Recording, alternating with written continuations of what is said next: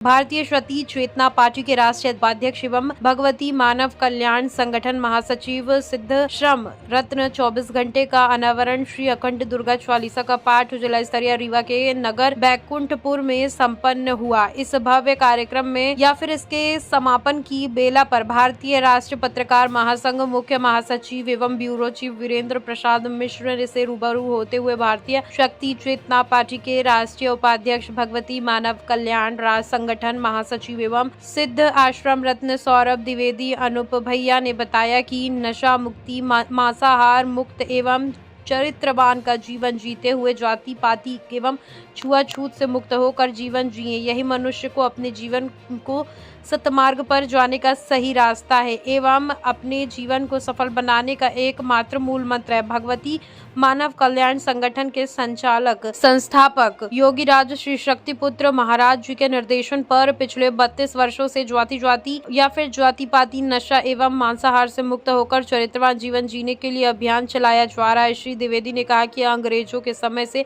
चला आ रहा है, फूट डालो और शासन करो नीति को अपनाते हुए आज सभी पार्टी के लोग जाति पाति छूत का विष समाज में फैला रहे हैं एवं अपने राजनीतिक करियर की रोटी सेकने में बिजी हैं, लेकिन हमारे संगठन में SC ST पिछड़ा वर्ग सामान्य वर्ग एवं सभी जाति के लोग सिर्फ मनुष्य हैं। सभी को भगवती मानव कल्याण संगठन के साथ काम करना चाहिए और संगठन में मानवता का अधिकार है। संगठन में किसी भी जाति के लोगों के साथ कोई भेदभाव नहीं होता। हम सभी लोग एक साथ मिलकर एक ही इष्ट देव की पूजा आराधना एवं पाठ कर रहे हैं, एक साथ बैठकर भोजन करते हैं, एक दूसरे के घर जाते हैं। इस भव्य कार्यक्रम में रामभूषण पांडे, इंद्रलाल शर्मा, हीरालाल उमलिया, रत्नाकर सिंह, देवेंद्र शुक्ला, उमेश गुप्ता इत्यादि की सराहनीय भूमिका रही और ये सब मौजूद रहे। आए हुए हैं इन धन प्रेमी जनता के लिए बैकुंठपुर के जनता के लिए क्या कुछ कहना है?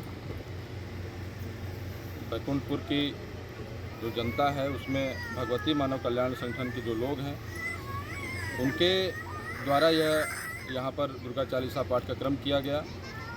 बैकुंठपुर की जनता के लिए यही है जो संगठन का संदेश है कि नशा मुक्त रहें, मांसाहार मुक्त रहें, जीव हत्या से मुक्त हो जाएं, जात पात छुआछूत से रहित जीवन जिएं।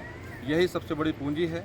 इसी के द्वारा हम मनुष्य बन सकते हैं और मनुष्य बन करके ही हम धर्म का कार्य कर सकते हैं, जिससे हमारे जीवन में सुखी और संपन्नता आ सकती है। जैसा कि अभी आप कह रहे थे UGC एक बिल लागू करके और धर्म निरपेक्षता का धर्म को बांटा जा रहा है और देवी देवताओं की मूर्तियों को तोड़ा जा रहा है, इसमें आपके संगठन में क्या कुछ कहना है?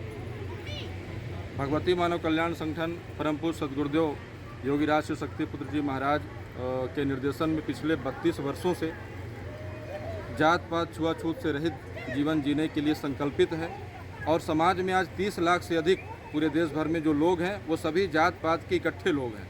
संगठन ने कभी नहीं माना कि कोई कुशवाहा है, कि कोई गुप्ता है, कि कोई ब्राह्मण है, कि कोई क्षत्रिय है, कुछ भी नहीं।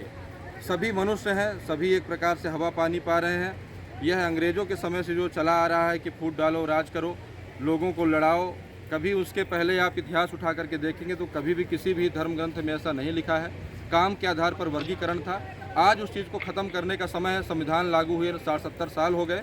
आज जो लड़ाने का यह काम चल रहा है बांटने का, इसको संगठन पूरी तरह से अलग करता है और संगठन की किसी व्यक्ति को किसी भी जात से दिक्कत नहीं है। सभी एक साथ बैठ कर के एक इष्ट की उपासना करते हैं और एक साथ बैठ कर के भोजन करते हैं, एक दूसरे के घर में आते जाते हैं। कार्यक्रमों में किसी का धर्म भ्रष्ट नहीं होता और न कोई ऊंच नीच है। केवल यह विशुद्ध राजनीति चल रही है और सभी पार्टियों के द्वारा चल रही है। किसी एक विशेष पार्टी का हाथ नहीं है। सभी की रोजी रोटी इन्हीं चीज़ों से सही हो रही है।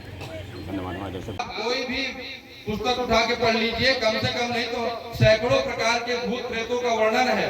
और गुरुदेव जी भी बताते हैं कि इस ब्रह्मांड में यह पृथ्वी इस ब्रह्मांड का हिस्सा है और यहाँ पर जिस प्रकार सकारात्मक शक्तियां विचरण करती हैं, उसी प्रकार इस ब्रह्मांड में हमारे ऊपर, हमारे बगल में सभी जगह नकारात्मक शक्तियां भी व्याप्त हैं और इस कलयुग में तो बहुत ज्यादा व्याप्त है। उनसे बचने का क्या मार्ग है?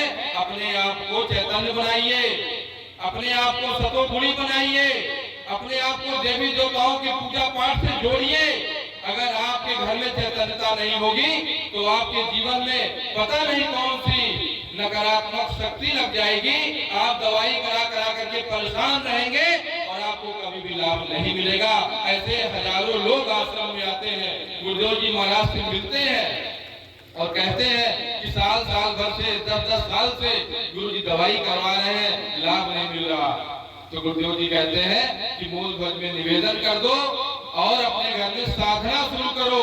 जब तुम आंख बंद करके बैठ करके दुर्गा जी की आराधना करते हो, ओम जगदम्बिके दुर्गान्वय मंत्र का जाप करते हो, तो तुम अपना कल्याण नहीं करते, केवल तुम अपने बच्चों का, अपने परिजनों का और आपके घर में आपके पूरे घर का आप कल्याण करते हो और आपके संपर्क में जो आता है उसका भी आप कल्याण करते हो। साधक में वह पात्रता होती है। तो परम पूज्य सद्गुरुदेव योगी राज श्री शक्ति पुत्र जी महाराज ने हमें एक चमत्कारिक जीवन दिया है कि हम चाहे घर में रहें चाहे बाहर रहें, हमें दुनिया एक पहचानती है, जानती है कि एक संगठन का व्यक्ति है, यह जहां जाएगा कल्याण ही करेगा, सुख ही करेगा।